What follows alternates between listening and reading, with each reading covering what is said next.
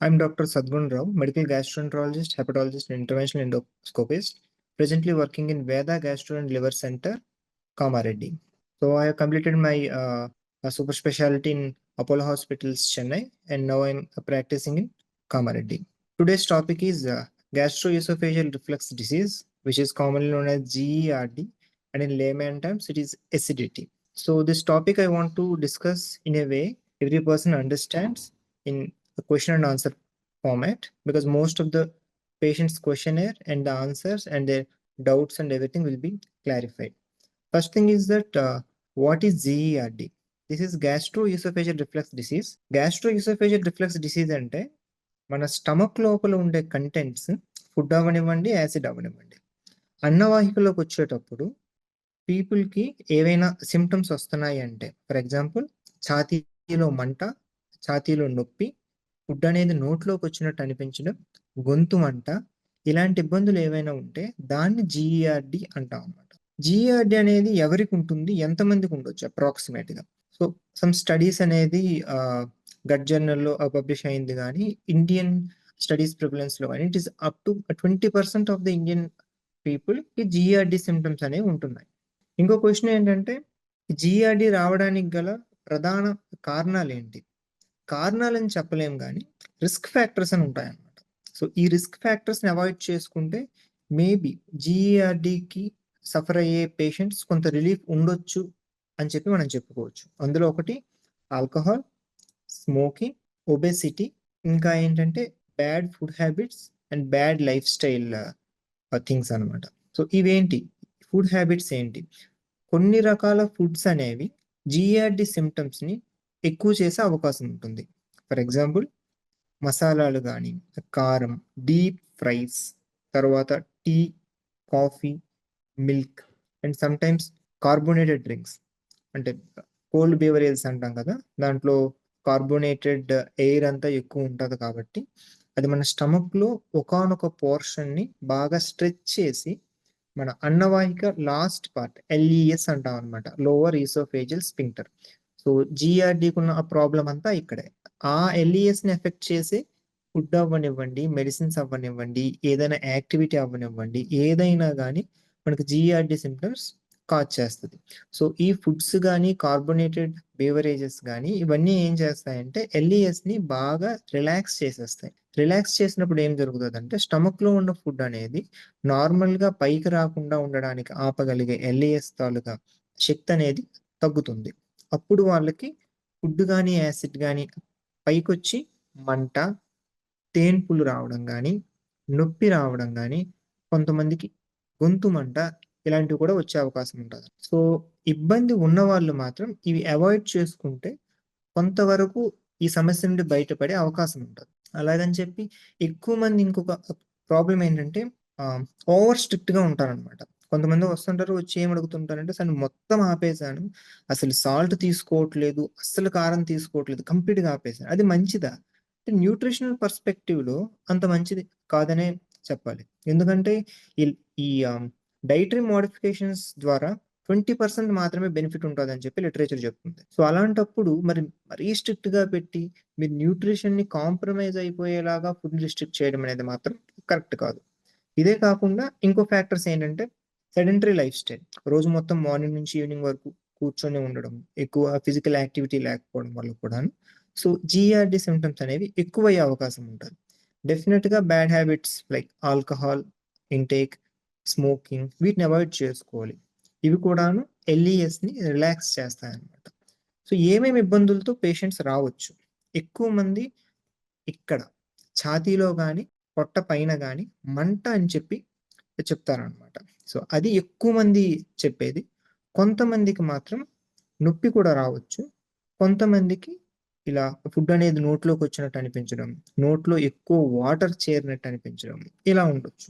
ఇదే కాకుండా కొంతమందికి ఎక్స్ట్రా ఈసోఫేజియల్ సిమ్టమ్స్, అంటే ఇక్కడ సిమ్టమ్స్ కాకుండా ఇక్కడ అంతా బాగానే ఉండి అసలు ఇబ్బంది ఏం లేకుండా కూడా దగ్గు, ఆయాసం రావడం కానీ, ఛాతీలో నొప్పి, పక్కల నొప్పి రావడం కానీ, మళ్ళీ మళ్ళీ ఇన్ఫెక్షన్స్ రావడం కానీ, ఇలాంటి ఇష్యూస్ కూడా వచ్చే అవకాశం ఉంటుంది. కొంతమందికి గొంతు కూడా మారడం, ఇలాంటి అవకాశం కూడా ఉంటుంది అనమాట.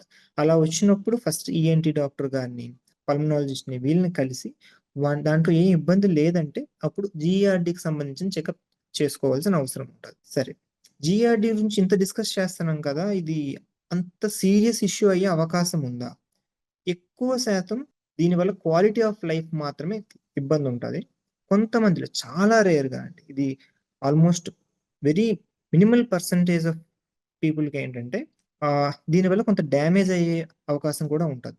ఇలా ఎంతమంది పేషెంట్స్ మీరు చూస్తారంటే జీఆర్‌డీలో వారానికి ఒక 50 పేషెంట్స్‌ని చూస్తే, ఒక్క పేషెంట్ ఇలాగా కాంప్లికేటెడ్ అయ్యొచ్చే అవకాశం ఉంది. నా ప్రాక్టీస్‌లో. ఇట్స్ నాట్ అబౌట్ లిటరేచర్ అన్నమాట. ఏమేం మేజర్ ఇష్యూస్ వచ్చే అవకాశం ఉంటదంటే, ఒకటి యాసిడ్ అనేది కంటిన్యూయస్‌గా పైకి ఛాతీలో ఇబ్బంది పెట్టడం వల్ల కొన్నిసార్లు అన్నవాహికలో అల్సర్స్ లాగా వచ్చి, అన్నవాహిక యొక్క దారనేది సన్నబడిపోతుంది.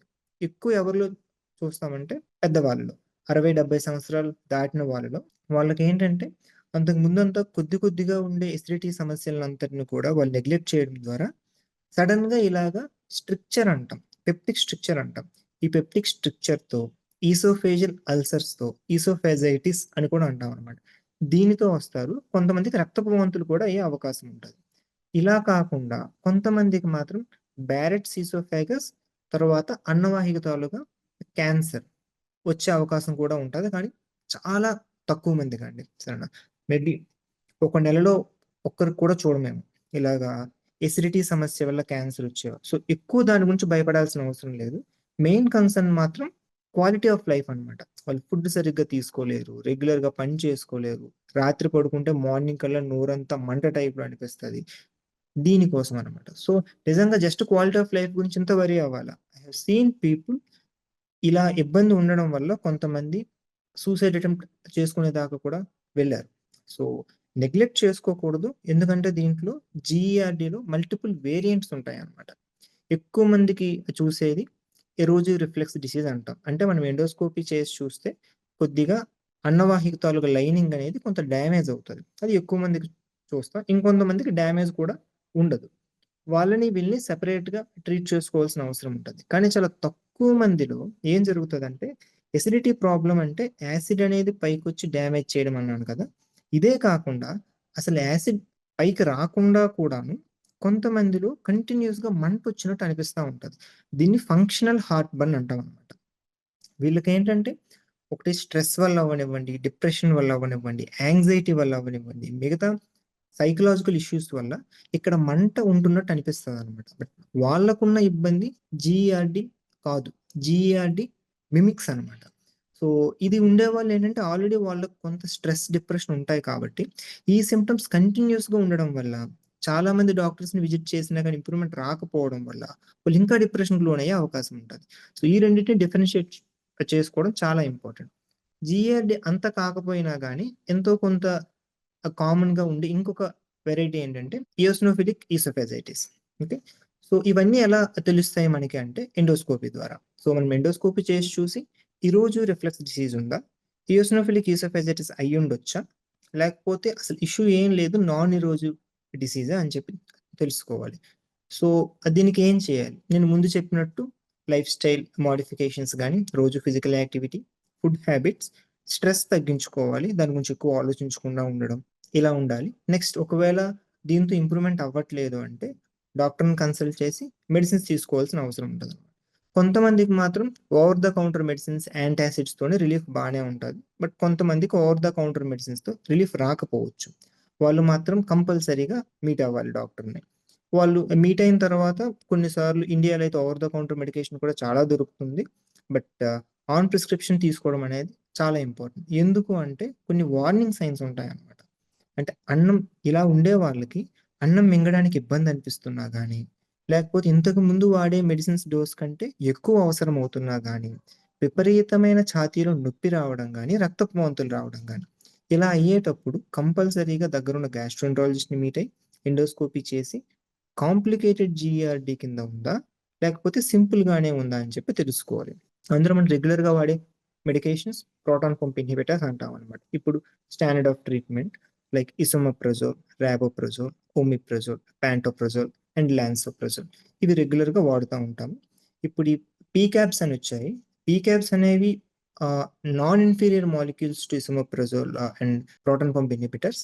కానీ ఇప్పటికి కూడా స్టాండర్డ్ ఆఫ్ ట్రీట్మెంట్ అంటే ప్రోటాన్ పంప్ ఇన్హిబిటర్స్ అనే చెప్తా. మేబీ ఫ్యూచర్‌లో ఇది మారొచ్చేమో. ఇంతేనా ఇంకేం ఆప్షన్ లేదా అంటే కొంతమందికి ఎంత మందులు వాడుతున్నా ఇంకో క్వెషన్ ఏమొస్తదంటే ఎంత మందులు వాడుతున్నా గాని నాకు ఇంప్రూవ్‌మెంట్ అవ్వట్లేదు. కొంతమందేంటంటే మందులు వాడుతున్నన్ని రోజులే బావుంటుంది. ఆ తర్వాత మళ్ళీ వస్తుంది. ఇప్పుడేం చేయాలి? సో, మందులు వాడుతున్నన్ని రోజులు రెస్పాన్స్ ఉంటుంది. ఆ తర్వాత మళ్ళీ ఇబ్బందొస్తుందంటే ఒకటి 2 ఆప్షన్స్ మనం ఆలోచించుకోవచ్చు వాళ్ళకి. ఒకటి 24 అవర్ పీహెచ్ ఇంపెడెన్స్ స్టడీ చేసి సర్జరీ ఉంటుందనమాట. నిసెన్స్ ఫండోప్లికేషన్ అని చెప్పి. సర్జరీ చేశాక మేబీ వాళ్ళకి కంప్లీట్ రిలీఫ్ రావచ్చు.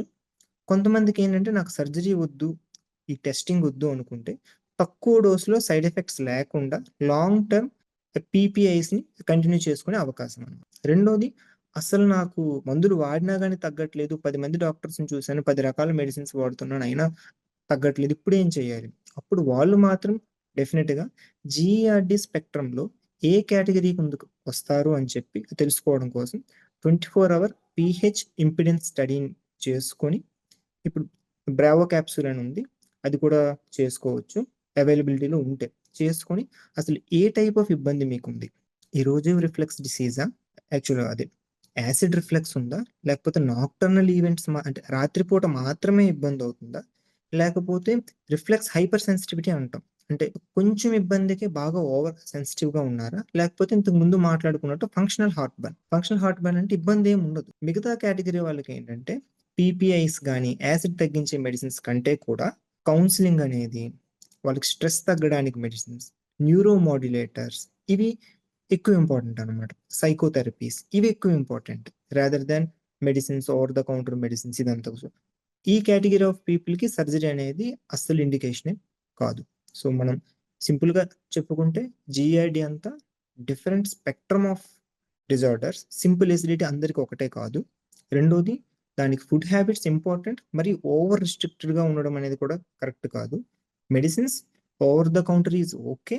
కానీ కంపల్సరీగా లోకల్ డాక్టర్‌ని కన్సల్ట్ చేసి వార్నింగ్ సైన్స్ నేను చెప్పినట్టు ఏమైనా ఉంటే వెంటనే ఎండోస్కోపీ చేసుకోవాలి. మెడిసిన్స్‌తో ఇంప్రూవ్‌మెంట్ అయితే అప్పుడు ఎలా మూవ్ ఆన్ అవ్వాలి? అసలు ఇంప్రూవ్‌మెంట్ అవ్వట్లేదు రిఫ్రాక్టరీ జీఈఆర్‌డీ అంటామనమాట. అప్పుడు ఎలా ఫాలో అప్ అవ్వాలని చెప్పి ఇప్పుడు ఎక్స్‌ప్లెయిన్ చేశాను. వివిధ రకాల టెస్ట్‌లు, ట్రీట్మెంట్‌లు, మెడిసిన్స్, సర్జరీ ఇవన్నీ ఎక్స్‌ప్లెయిన్ చేశాం. దీన్ని బట్టి ఒకవేళ ఏమైనా డౌట్స్ ఉన్నా గాని మీరు నేను కామారెడ్డిలో అవైలబిలిటీలో ఉంటాను. లేకపోతే లోకల్ గ్యాస్ట్రోఎంటరాలజిస్ట్‌ని మీట్ అయ్యి మీ ప్రాబ్లమ్‌ని ఎక్స్‌ప్లెయిన్ చేయాలి. So, thank you.